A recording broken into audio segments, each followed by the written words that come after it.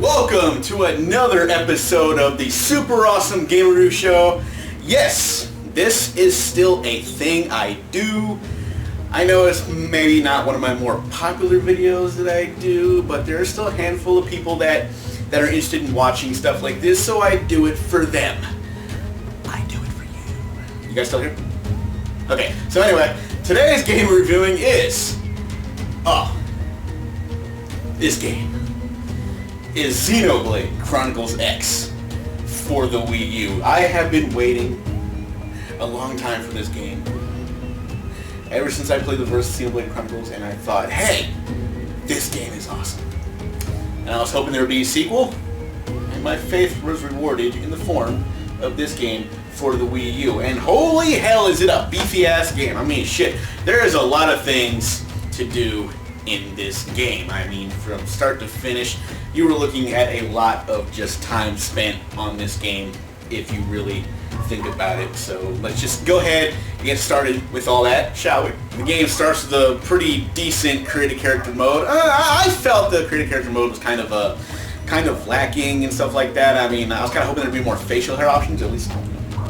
But, you know, that was a thing that was in there. So I did the best I could, and my character ended up looking like very generic, but, you know, that's really my fault. But anyway, still you open up with a create a character mode right there. That's a good way to start a game, especially if you're doing RPGs. So I think that was a nice feature they put on here. There are a couple of things I wish they would have done it a little better with that, but we'll get to that as the review goes on. And the story goes how your character basically wakes up with surprisingly no memory of who he is. Shocking. I guess it's a mechanic they use, so you know you can like learn the rules of the game and stuff like that, what's going on. But yeah, so you're pretty much just thrown right there in the action. You get a little opening scene that explains what's going on and how you ended up where you are. And then you pretty much just get right in the action, which is actually a good thing to do. You sit there, you go through a little story intro, and then you're just, bam, in the action, learning the controls, and everything else that goes along with it. Xenoblade Chronicles X throws you into an alien world and pretty much leaves you on your own from there. The world is a vast open place to explore, and not everywhere you go is going to be accommodating to you. Nevertheless, it's a great looking world to explore, even if it's basically trying to kill you.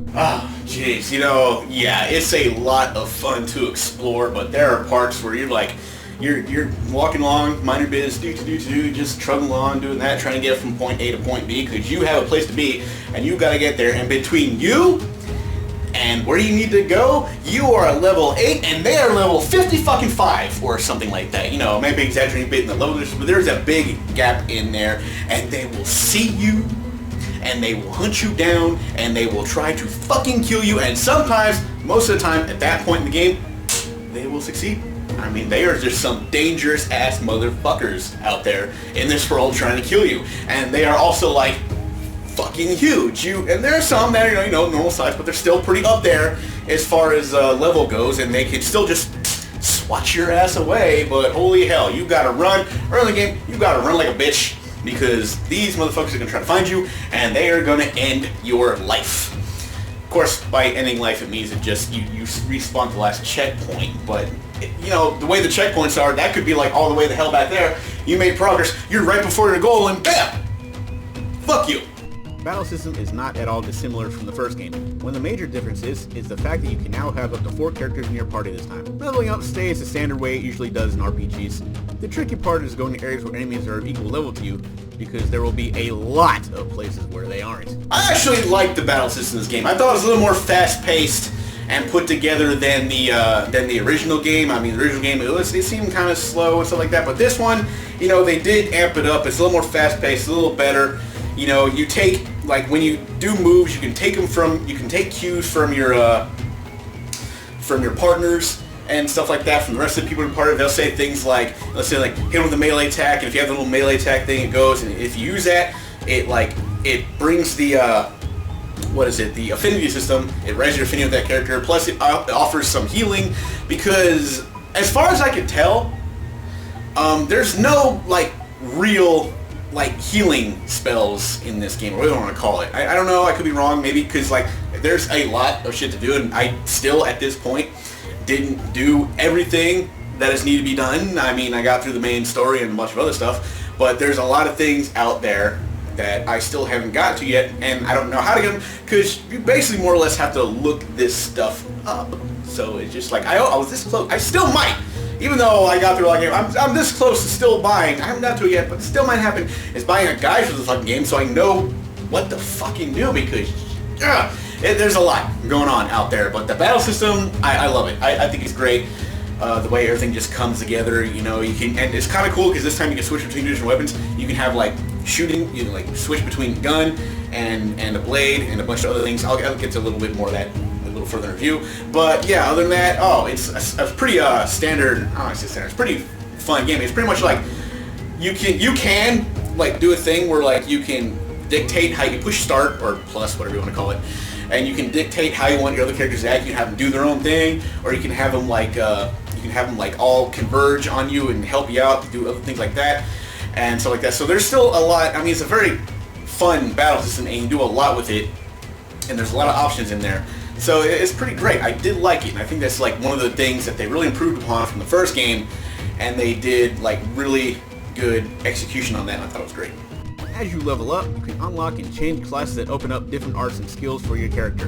This gives you a variety of moves and attacks that you can interchange to fit battle situations, as well as determine what kind of weapons you can use. There are quite a few weapon combinations you can do, so play around with it.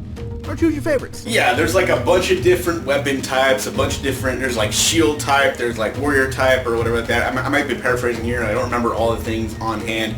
But like, you know, my personal favorite is always, because that's just how I am, is like melee attacks. So that you can do melee, you can do long range weapons, if you have a regular gun, really don't do much damage. The melee attacks where you really just do some damage unless you have some special thing going on there. But there's all different kinds of weapons. There's guns, there's swords, there's like the shield thing you can get. You're like shield characters. Those are pretty good. They got like high defense and high HP and stuff like that. So there's a lot of stuff you can do, and like I say, you can change the classes and stuff like that. And the class you pick determine what kind of weapons and moves you can get. Now some of them have there are a lot of similar moves in there, but there are a bunch of different ones. So you can like do this thing where you have like attack and defense that goes pretty good. You can really do all these things and all like different moves and stuff like that. Plus there's also like the skills setting where you can add skills to like, you know, give you more HP, or you can like move faster and dodge things faster. There's so many different things you can do. There's a lot going on with this battle system that you can really just have a lot of fun with. I know I'm back to talking about the battle system, but I really thought it was a pretty damn good battle system for what it was. This time around, the game gives you mechs to play with, called scales in this game. Scales open up the world in a whole new way, and it gets even better once you gain the ability to make them fly. They also give you a chance to exact revenge on some of those more powerful enemies that kicked your ass earlier in the game. The world is massive, so be sure to explore as much as you can and take in the sights. But be careful, even with scales, you can run into some complete a-hole enemies that are out to ruin your day. And your scale. Ah yes, the scales. Anybody who saw this game and had an interest in the game and saw that it was like Christmas. And literally like Christmas, because the game came out in December, so it's kind of close to Christmas.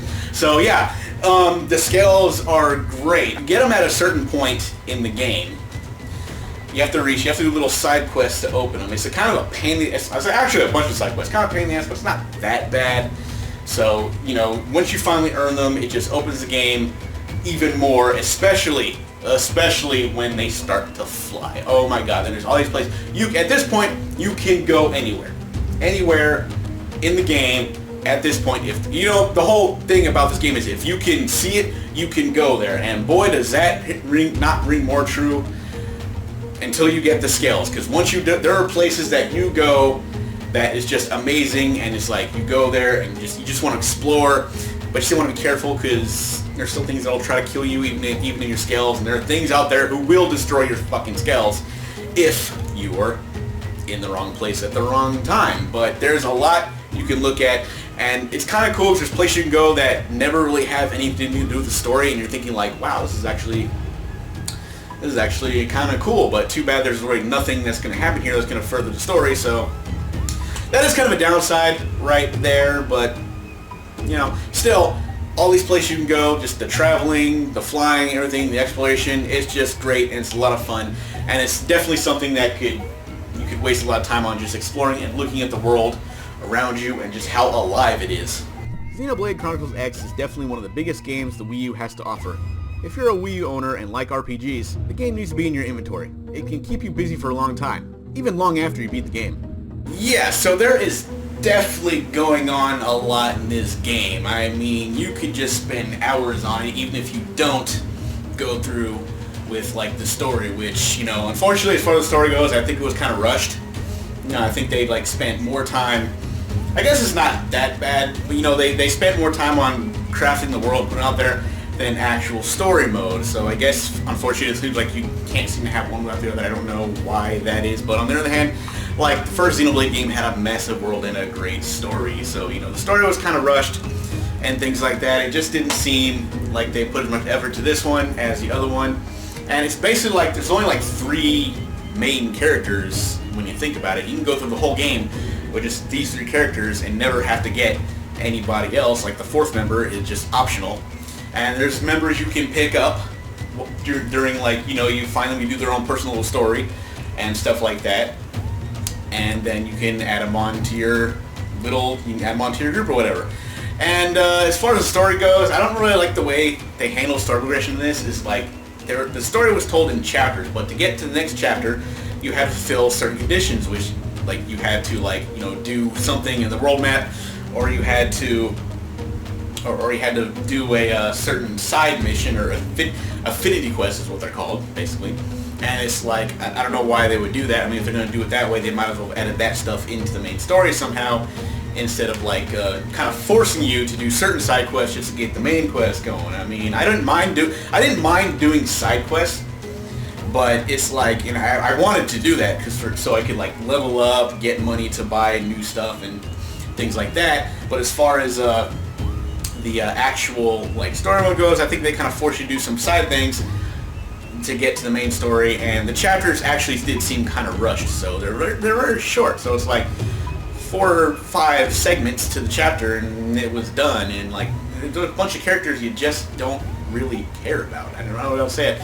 And it felt to me like the main character of the game was actually Elma, the character Elma, instead of your own created character. But, you know, that is what it is. I mean, like I said, they nailed it on the gameplay on this one. It was great. But the story seemed kind of, I don't know. I mean, they need to, like, first of all, they need to make a 3rd game in the series. Either, whether it's a direct sequel to this one, or a completely new game to continue the Xenoblade franchise here, which they totally should. Nintendo, you got gold here. You can keep on with this shit.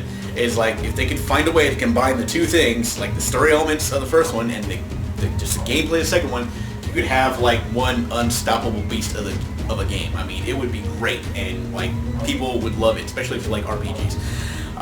Other than that, yeah, I mean, like I said, the story seemed kind of let down compared, like, to the first game. The gameplay was just, like, completely, like, out there and awesome, and, like, the world was just, like, fun to explore, especially when you get the scales. Oh man, it just opens up a lot of shit, and you just feel great about this. You can spend hours just wandering around the world, looking at all these places, and be like, oh, how is this space relevant to the game? At least how I felt. There's some parts that were part of the story, and some parts that weren't. Like, I go to some place and I'll be like, this looks like it should be something. What's going on here?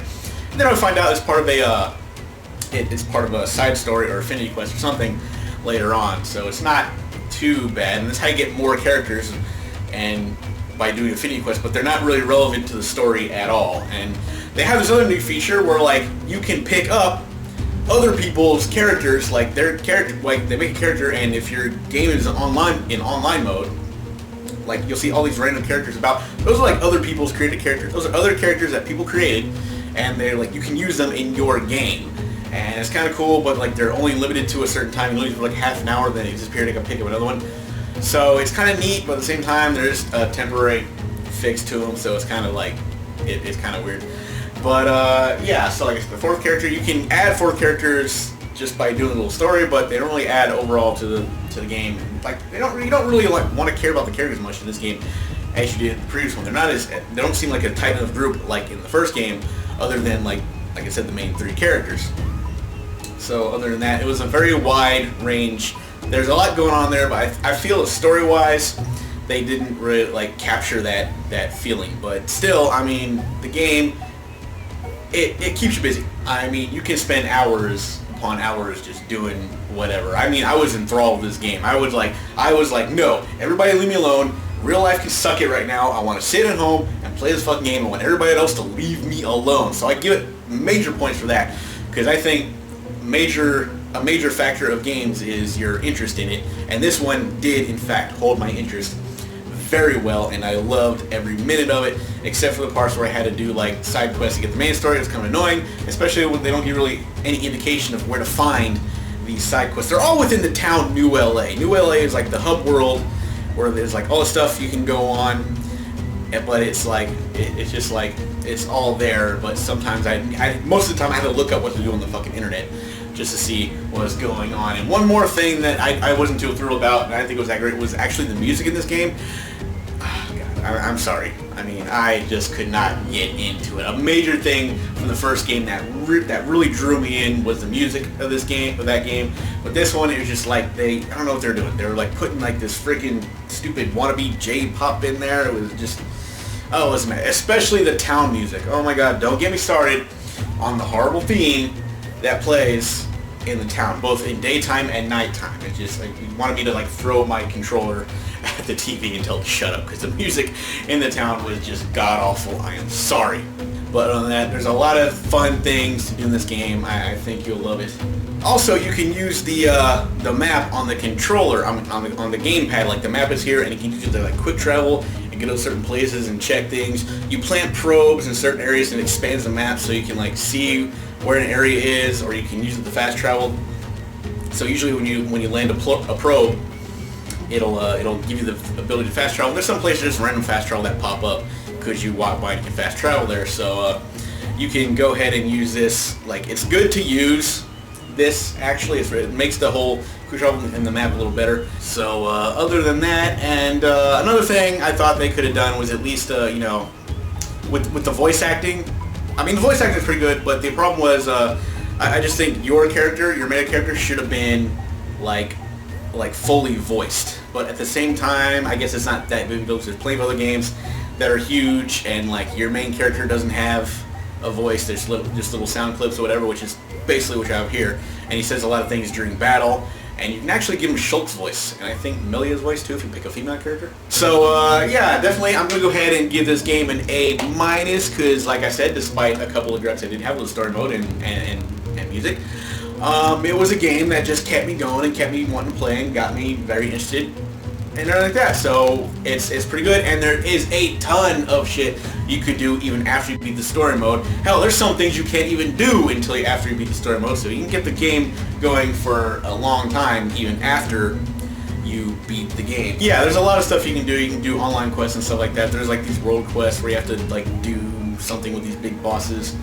But yeah, you might want to wait until you beat story mode and get like some of the stronger scales afterwards when you do that. Otherwise, yeah, you're kind of screwed. But anyway, so yes, this has been another episode of the Super Awesome Game Review Show, and I hope hopefully I get the new one up not too long after this one. I want to keep this going, but until then, I will see you guys next time.